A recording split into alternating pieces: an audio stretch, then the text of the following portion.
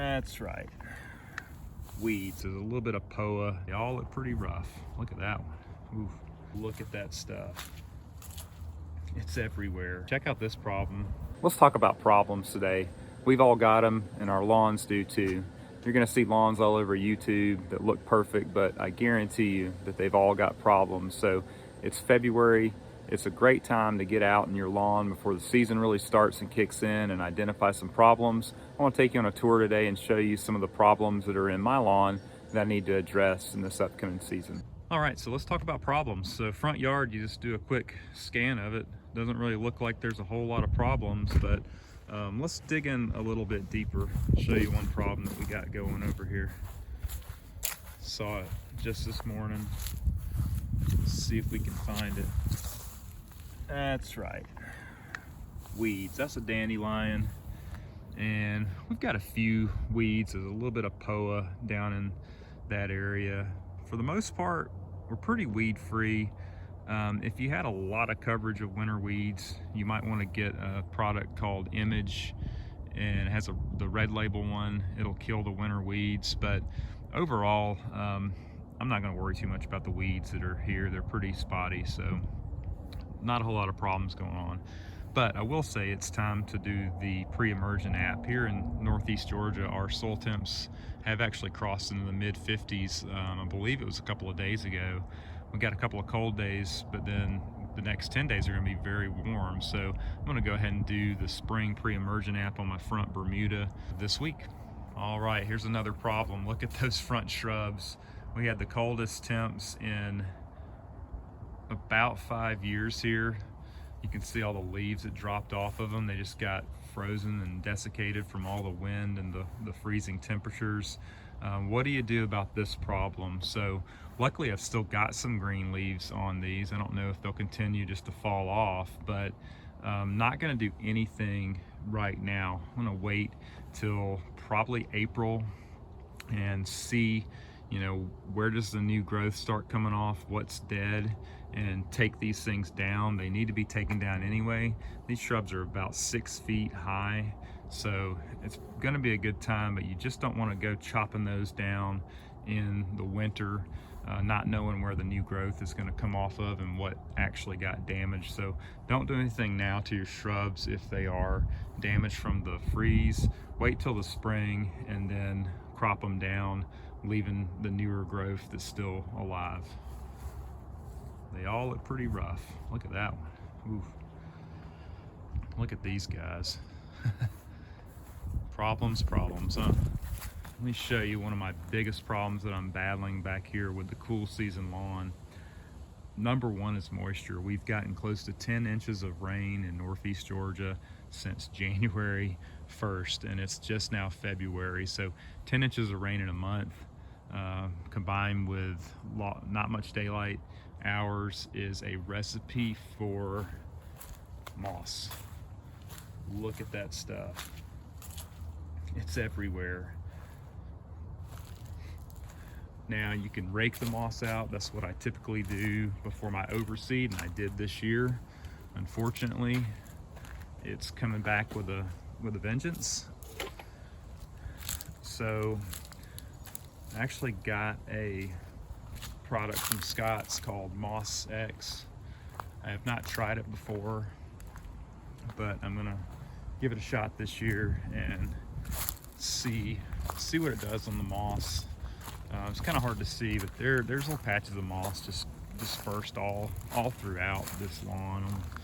I actually saw where there's some people that grow like whole moss lawns. I don't know if that's a thing. The only reason I wouldn't just let the moss completely take over this backyard is I've got kids, so they like to play, and the moss is not super traffic tolerant, so I do want to keep a okay little stand of turf back here, but definitely a lot of, look at that moss right there.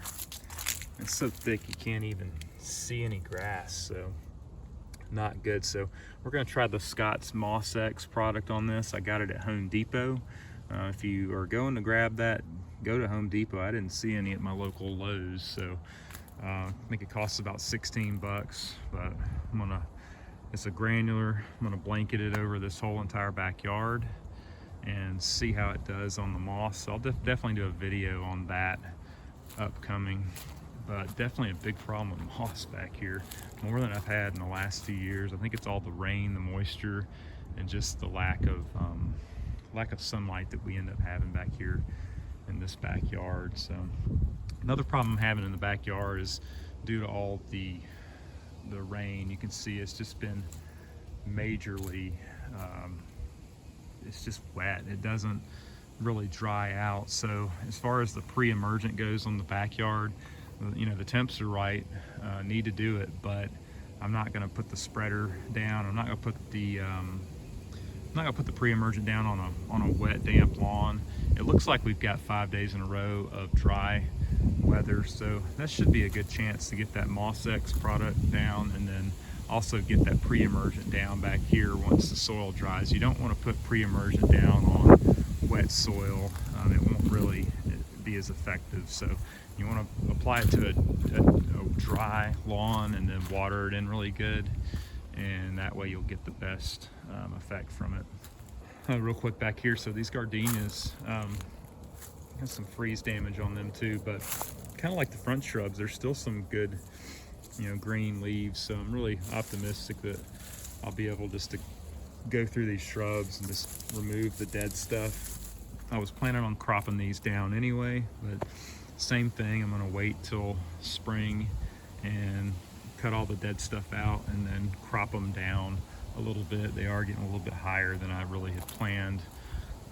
Got to clean out these beds, so still a lot of leaves from the fall in the beds. I'm gonna just rake all these, blow them out, mulch them up with a lawnmower, and then I'm gonna put them right back into these beds as a natural mulch and a soil amendment. So the leaves in the years past, I've mulched these up.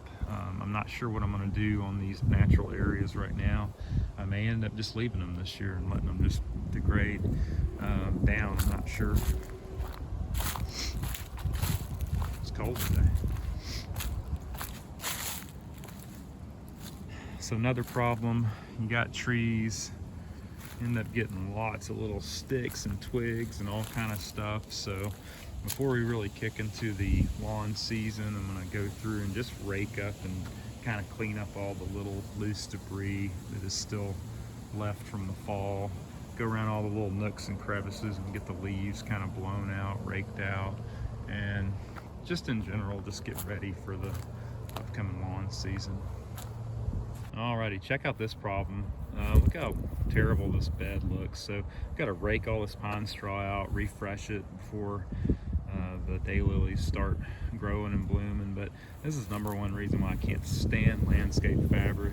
See, the previous homeowner put it in, or somebody did, and it's great at first, but once it gets older, it starts just degrading. It turns into little pieces, and it just makes a mess. Look how terrible that looks. So I'm gonna rip up all that landscape fabric, just maintain a good layer of pine straw. That should suppress the majority of the weeds. The rest I can pull by hand or spritz it with a little Roundup, and good to go. So another problem I got to address is getting these beds cleaned up, getting some of that old landscape fabric pulled up so it doesn't look like crud.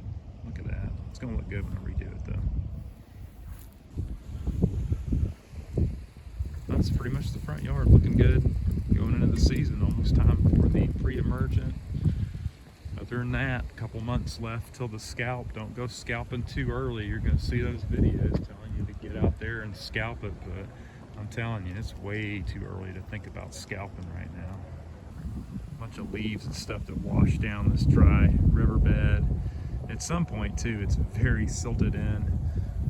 Really the only way I can think of to fix this is just take all the rocks up by hand, dig all the silt out, replace the landscape fabric that's probably under there, and put the rocks back in. I guess you could do it with a little machine or a backhoe or something, but I'll probably just work on it a little bit by hand some. Kind of show you why this happens. This is just a natural drainage easement for the neighborhood. Unfortunately, I did a good job cleaning out this rocky area, but what I didn't think of was cleaning all the leaves out of the little creek channel All the leaves just washed from that creek channel. You can see it's dirt now. They washed completely in here and kind of mounded up on the side, and kind of filled in different little areas here. So definitely a to-do is to get this cleaned out so I don't get a bunch of leaves. It'll end up washing over into the yard during real heavy rains. So got to get that done as well. Overall, not too bad. Looking ready for the season. It's green. It's not growing much at all. It's full of moss. So things to do.